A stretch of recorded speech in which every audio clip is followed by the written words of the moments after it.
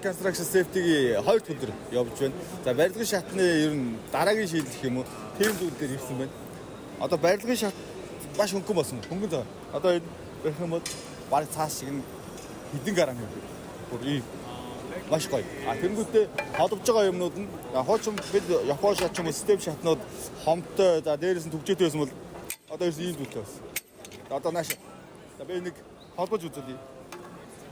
Одоо ийм байж байгаа. Одоо энэ харагдаж байгаа хөтэй. Энд чинь ингэ олж шүү.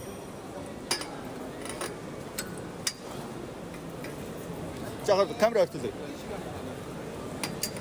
Ингэ олсон. Авахтаа маш амархан. Оо.